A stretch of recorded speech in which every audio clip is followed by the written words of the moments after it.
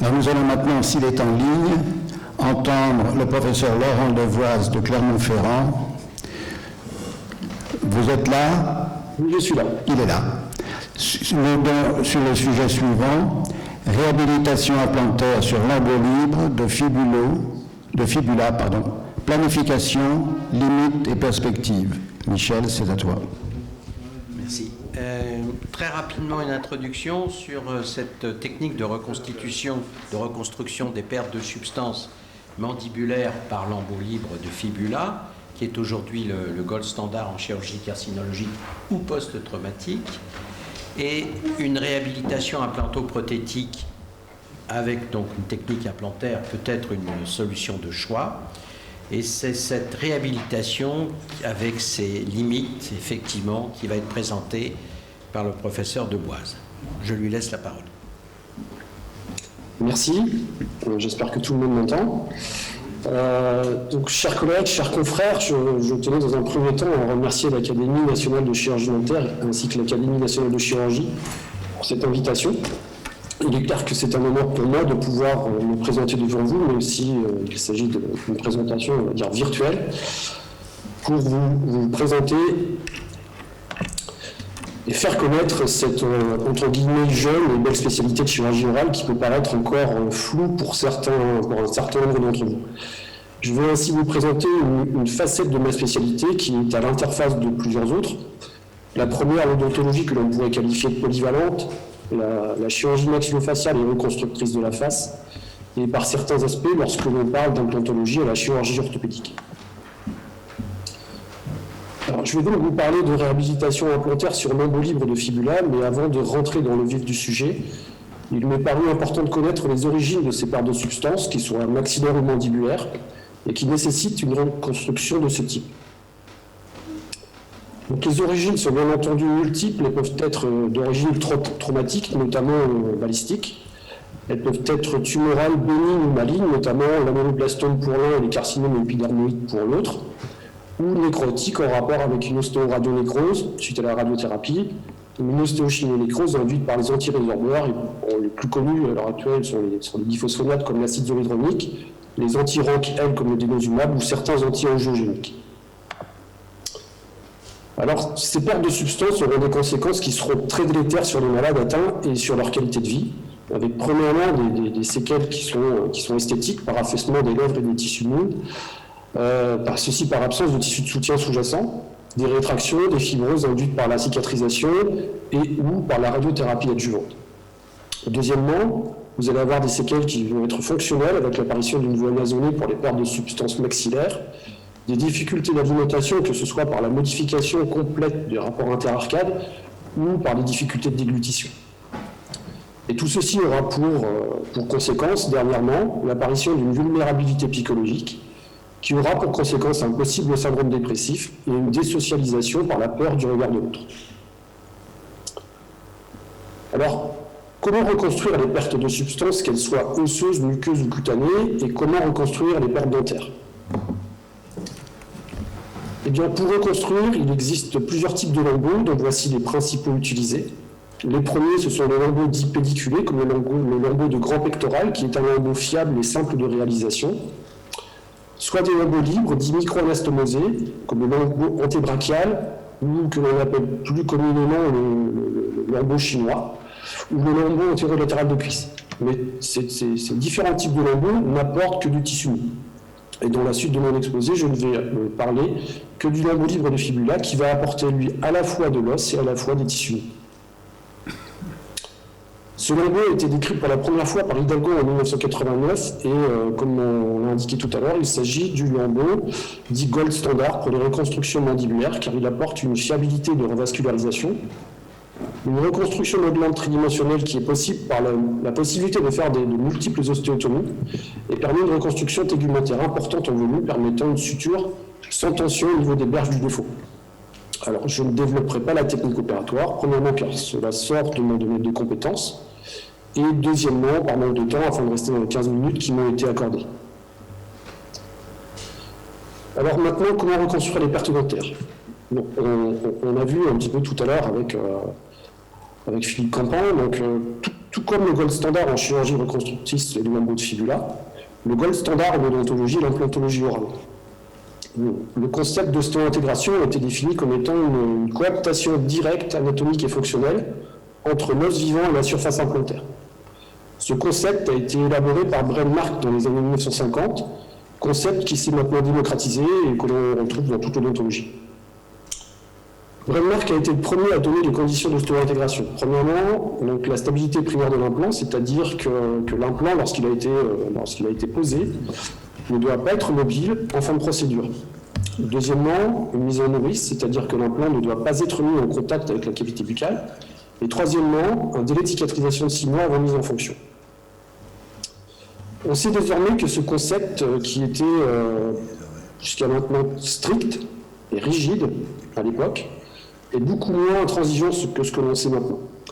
Par exemple, la mise en nourrice n'est quasiment plus faite. Bon, maintenant, on va mettre les vis de cicatrisation directement en bouche. Et dans certains cas précis, on peut mettre en fonction les implants de manière extemporanée et faire une mise en esthétique extemporanée, dans des cas bien précis. Et l'on sait aussi qu'il est relativement simple d'avoir une ostéo-intégration. Tout ceci ayant été aidé, il est vrai, par l'amélioration des états de surface des implants.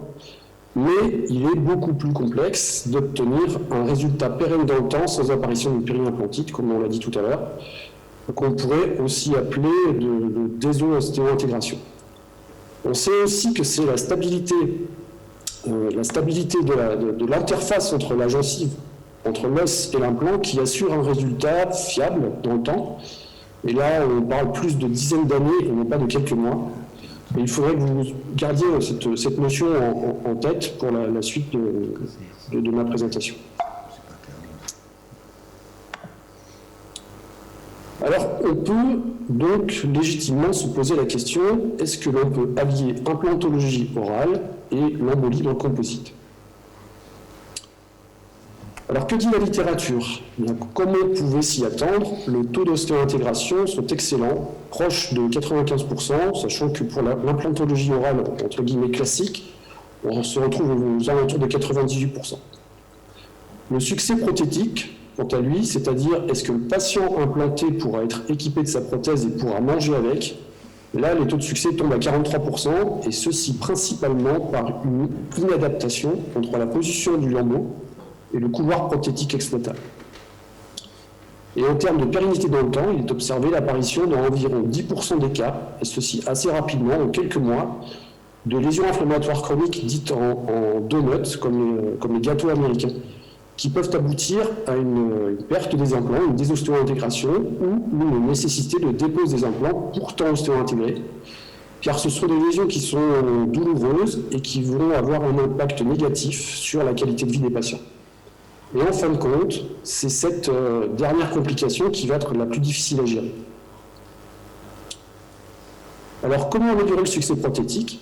On en a déjà parlé un petit peu tout à l'heure avec tout ce qui est numérique, mais on sait désormais qu'on peut dire que nous avons des solutions fiables. Les avancées technologiques en numérique sont telles que l'on peut obtenir des guides chirurgicaux pouvant fusionner les différents types de reconstruction, qu'elles soient osseuses ou qu'elles soient dentaires.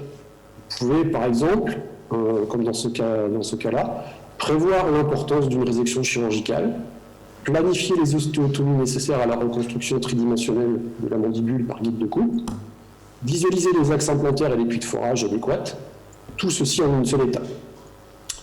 Il est aussi possible de faire la même chose dans des temps séparés, et pour la vérité, c'est ce que nous réalisons en fin de compte le plus souvent, avec une première étape de reconstruction des bases osseuses, puis une étape de reconstruction implantaire. Comment améliorer l'interface cutanée ou implantaire? Donc là, c'est le problème le plus complexe, car là, nous sommes face à une interface, en tout cas conceptuellement, totalement incompatible avec une quelconque pérennité. Là, nous sommes face à un tissu cutané épais, non hermétique du fait de la présence de tissus graisseux, et une absence d'épithélialisation pouvant assurer une certaine herméticité face à l'environnement buccal qui est microbiologiquement très riche, et notamment très riche en agents potentiellement pathogènes. A-t-on des éléments de comparaison dans d'autres spécialités? Alors oui, notamment avec les implants O2SE pour stabilisation d'une prothèse orthopédique. Et on va dire malheureusement, nous avons le même constat de difficulté de non-infection de l'interface. Alors, j'ai choisi cette étude, un peu ancienne, qui a une dizaine d'années, mais il y en a d'autres, qui montre que la difficulté n'est pas l'ostéo-intégration des fixtures, qui est obtenue, comme dans notre cas, assez facilement, mais surtout dans la pérennité de l'interface peau-implant, du fait de l'apparition d'une infection chronique de cette interface, pouvant aboutir soit à la perte de l'implant, spontanée, soit à la nécessité de déposer cet implant dans environ 15% des cas, et j'ai même retrouvé dans certaines séries une nécessité de dépose de 37%.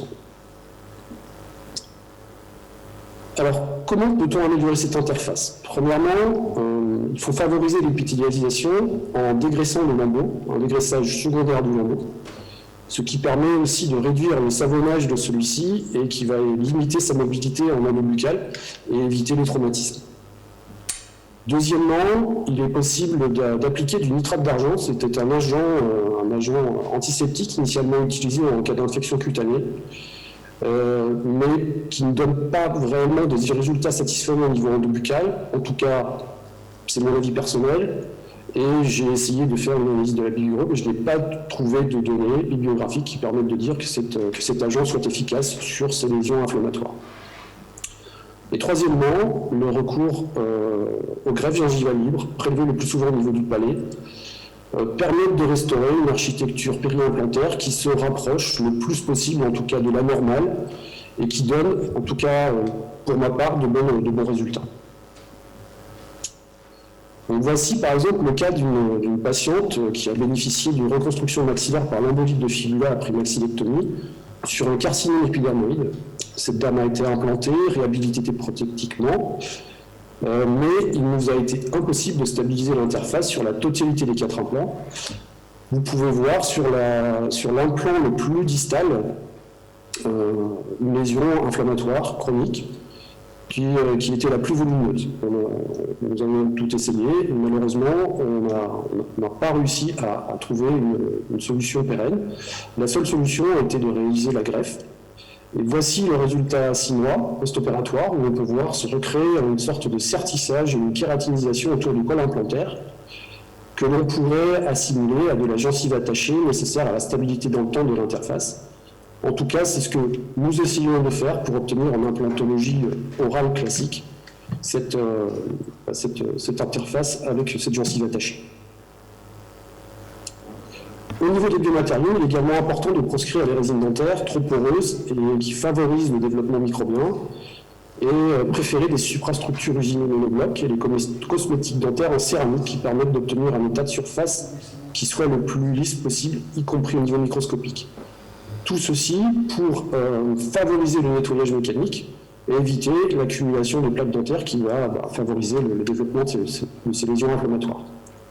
La jonction prothétique doit également être la plus hermétique possible et il faudra préférer les implants avec une jonction type cône morse afin d'assurer la meilleure herméticité et toujours la même chose, éviter qu'il y ait une inflammation au niveau de cette interface. Alors, je vais terminer mon exposé par l'illustration d'un cas clinique qui condense en grande partie toutes les notions que je viens de développer.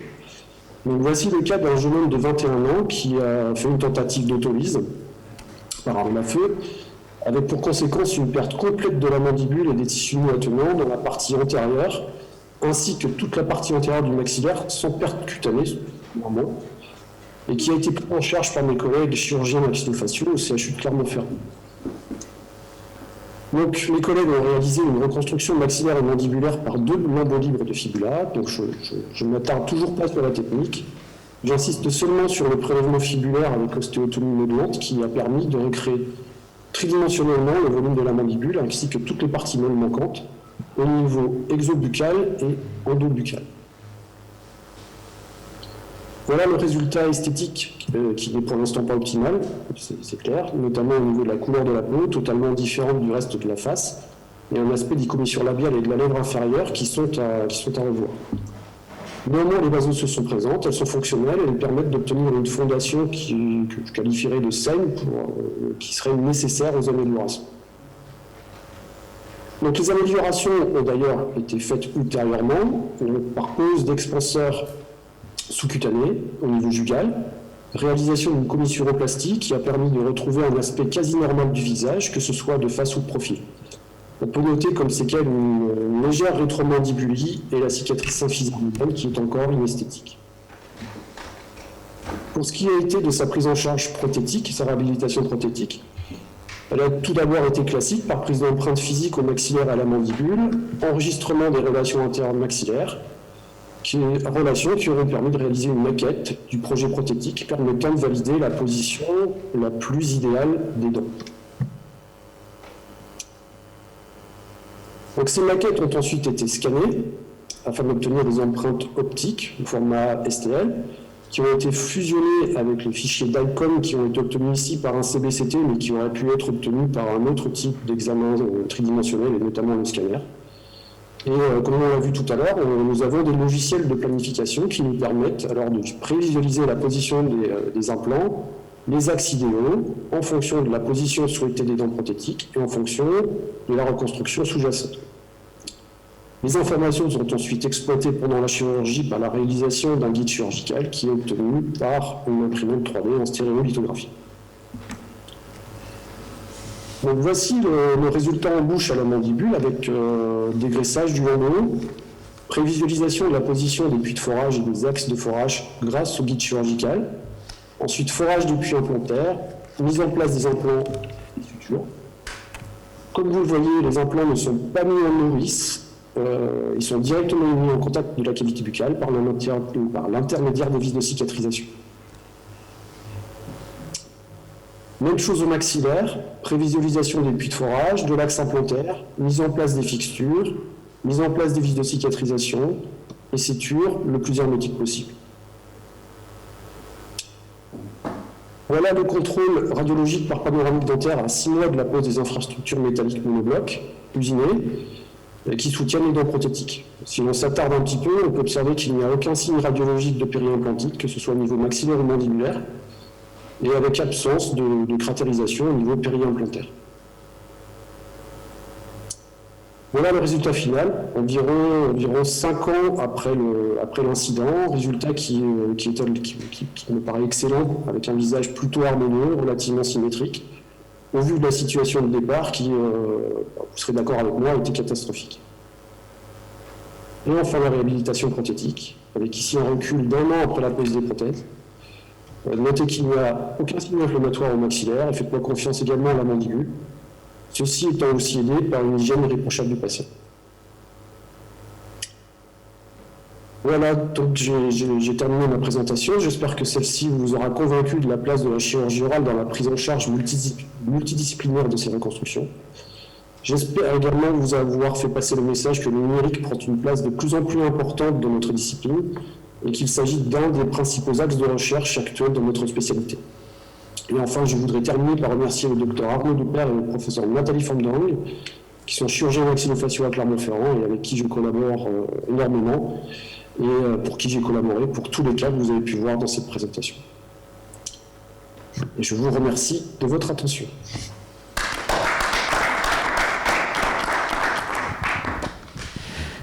Merci infiniment pour cette présentation. Je pense qu'il y a des questions.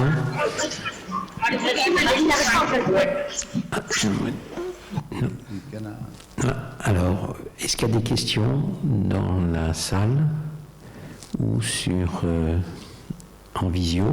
Est-ce qu'il y a des intervenants qui souhaitent poser une question au professeur Duboise? Je vais entamer la discussion. Je vous félicite, c'est une très belle présentation. Vous avez évoqué à plusieurs reprises l'utilisation du système 3D pour faire des implants artificiels. Qu'est-ce qui vous fait choisir la fibula, l'utilisation de la fibula, la technique de transplantation de fibula ou la technique de la confection d'un implant en 3D artificiel? Pour l'instant, les reconstructions 3D artificielles en titane ne permettent pas des réhabilitations prothétiques, c'est-à-dire qu'on ne peut pas adjoindre sur ces reconstructions tridimensionnelles des fixtures, ou enfin, en tout cas des interfaces qui nous permettent de mettre des dents. Donc à l'heure actuelle, ces reconstructions tridimensionnelles on ne peut rien faire supporter dessus. D'accord. Jusqu'à maintenant, on n'utilise que des lambeaux composites avec reconstruction de l'os et des tissus. La présence de l'os permet d'implanter. Oui, Voilà. tout à fait. Autre question? Est-ce qu'il y a une autre question? Moi j'ai une question. Est-ce que le pourcentage de cas où vous êtes amené à faire une greffe gingivale, ça est à peu près de quel ordre sur À peu ces près cas? 50%. 50%, la moitié. On a à peu près la moitié. Donc sur le nombre de patients qu'on a pu traiter localement, on est à peu près à 50%. C'est-à-dire que dans la moitié des cas, on n'a pas de problème. Et puis dans l'autre moitié, on a des lésions inflammatoires qui apparaissent assez rapidement. On s'en rend compte assez rapidement. Je ne dirais pas... Enfin, on n'arrive pas vraiment à savoir pourquoi dans certains cas ça arrive et pourquoi dans d'autres ça n'arrive pas. On a la même approche pour tous les patients et puis dans certains cas on a ces lésions inflammatoires qui apparaissent et qui nous compliquent quand même pas mal la vie et pour lesquelles on doit réaliser ce genre de greffe gingivale, sachant que la difficulté, notamment sur les patients qui ont une radiothérapie, ce sont les risques qui sont liés au prélèvement palatin. Le prélèvement de gencives attachées au niveau palatin où on a un risque de nécrose sous-jacente. Pour la traumatologie balistique, c'est un petit peu moins complexe, sachant que dans certains cas, on a vraiment très peu de tissu à disposition, ce qui complique les choses. Ouais. Ou alors vous pouvez intervenir en contrôle latéral, éventuellement pour le prélèvement palatin. Ouais. D'accord. Merci.